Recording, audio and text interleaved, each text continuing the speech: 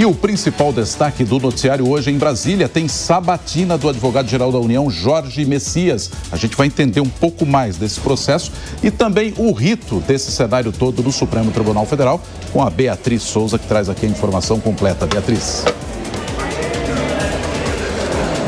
Bom dia, Nonato. Bom dia, Bia. Exatamente. Hoje, o indicado pelo presidente Lula, Jorge Messias, advogado-geral da União, passa por uma sabatina aqui no Senado, onde os parlamentares vão fazer aí uma série de perguntas sobre a vida de Jorge Messias, sobre o seu currículo e para que ele seja, então, aprovado e passe por essa votação para ocupar uma vaga no Supremo Tribunal Federal. Lembrando que a CCJ está marcada hoje para as 9 horas da manhã, mas há duas sabatinas, além a de Jorge Messias, que é a da juíza Margarete Rodrigues, indicada para ocupar o cargo de ministra no Tribunal Superior do Trabalho, e também de Tarcijane, indicada para a chefia na Defensoria Pública da União. Portanto, apesar de começar às 9 horas, essas duas sabatinas devem acontecer primeiro por serem consideradas sabatinas que vão acontecer mais rápido, já que a de Jorge Messias, alguns senadores já falam aí que vai ultrapassar 10 horas de trabalho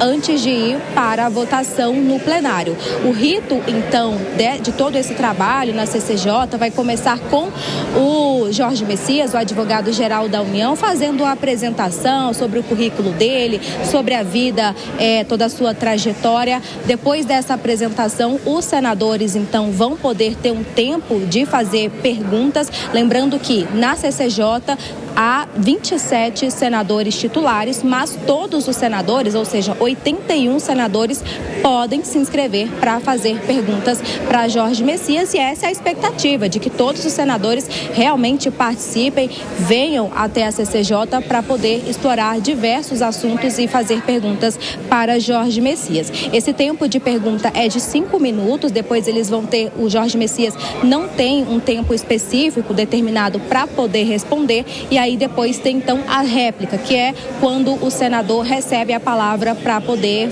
comentar ali sobre a resposta de Jorge Messias, e a depender do presidente da comissão, que é o senador Otto Alencar, vai poder também ter a tréplica. Essas perguntas vão ser divididas então em blocos de senadores com 3 a 4 parlamentares, e eles vão ter, portanto, 10 minutos para poder fazer essas perguntas. A CCJ tem 27 senadores titulares. Para poder começar, precisa de 14 senadores presentes, e é um número também para poder aprovar. Há parlamentares da base do governo falam aí que conseguiram a conquista de votos de 16 senadores e estão confiantes pela aprovação de Jorge Messias.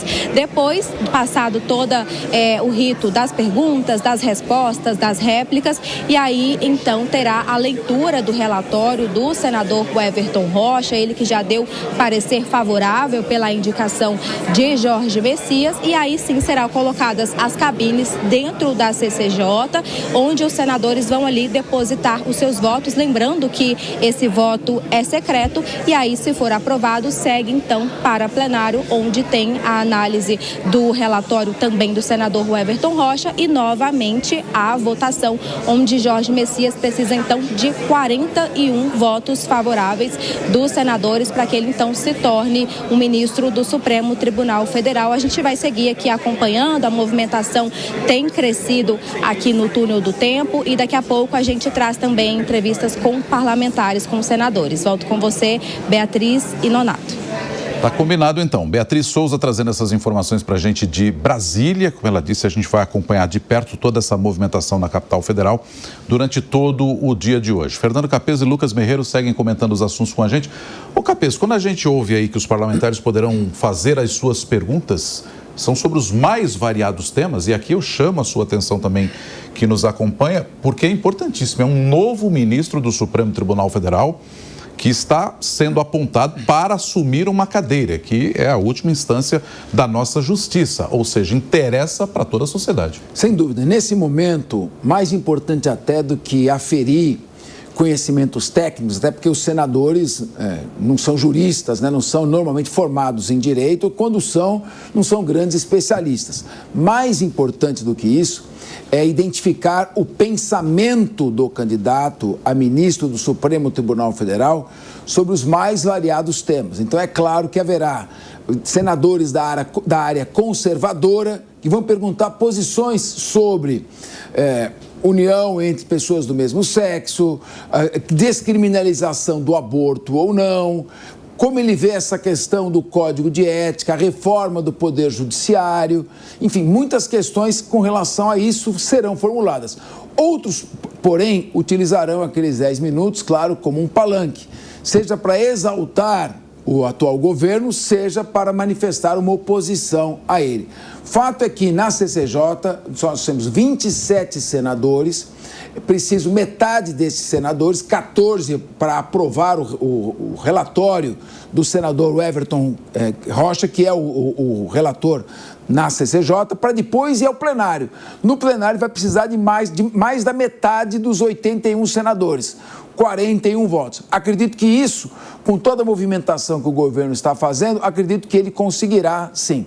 É um candidato que, como eu disse, um candidato que deve ser mais legalista, ter uma visão de julgamento com maior previsibilidade, inventar menos a partir de princípios constitucionais e, com isso, garantir uma certa previsibilidade nos seus votos. Portanto, repito o que já disse, não me parece ser um mau candidato, acho um bom candidato e eu espero, da minha parte, que ele venha a ser aprovado.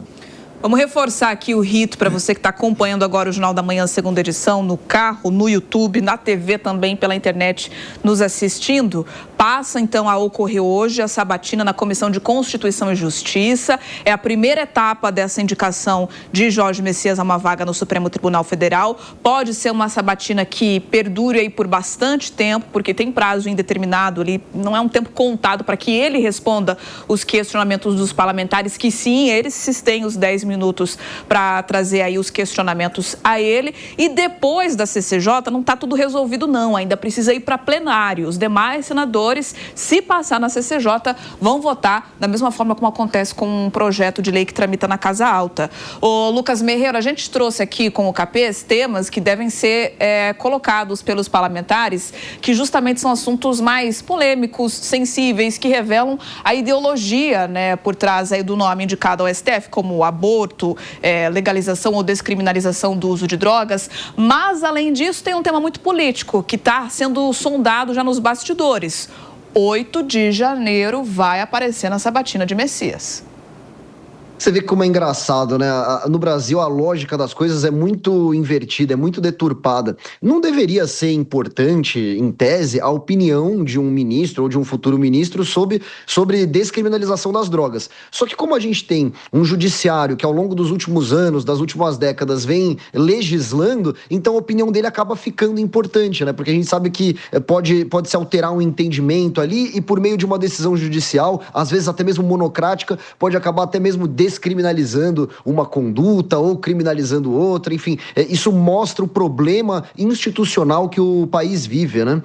Em relação a 8 de janeiro, é evidente que o presidente Lula nomearia um ministro, um futuro ministro, caso seja aprovado, que tenha uma postura dura contra o 8 de janeiro, contra aquela, o que eles chamam de tentativa de golpe de Estado, ou aquela invasão que de fato ocorreu, né, em Brasília, onde prédios públicos foram invadidos, foram depredados. Aí tem uma discussão sobre a intenção, né? Se era uma tentativa de golpe de Estado, se deveria ser encarado apenas como um vilipêndio de órgãos públicos ali. Aí é uma discussão para o judiciário tomar. O fato é que o Lula vai colocar uma pessoa que tenha um alinhamento ideológico e um alinhamento em relação a essa história do 8 de janeiro mais próximo do que o PT entende e mais próximo também do próprio entendimento do STF. Tanto é que, pela própria aprovação que o Messias tem entre os ministros do STF, e os bastidores dizem isso, né, que os ministros estão animados com essa indicação e pedem, inclusive, que o Senado aprove essa indicação, mostra que há um entendimento praticamente unânime ali no Supremo Tribunal Federal de que aquelas pessoas devem ser punidas. Claro que a gente tem uma corrente minoritária ali que entende, sim, que houve abuso nas investigações e tudo mais, mas via de regra, no geral, né, os ministros do STF devem manter essa convicção de um rigor, né, um rigor penal contra essas pessoas que estavam envolvidas no 8 de janeiro. Imagino que em relação ao Messias não será tão diferente assim. Aí ele certamente será questionado sobre isso na sabatina, então vamos ter que aguardar para ver se ele surpreende na resposta dele, para ver se ele apresenta uma opinião diferente ou não. O fato é que eu não acho que é isso que vai mudar necessariamente os votos lá dos parlamentares da oposição. Não é, eles dizem que eles vão basear o voto neles com base no 8 de janeiro e questões ideológicas, mas a gente sabe que ali rola muito mais pragmatismo do que ideologia e análise técnica.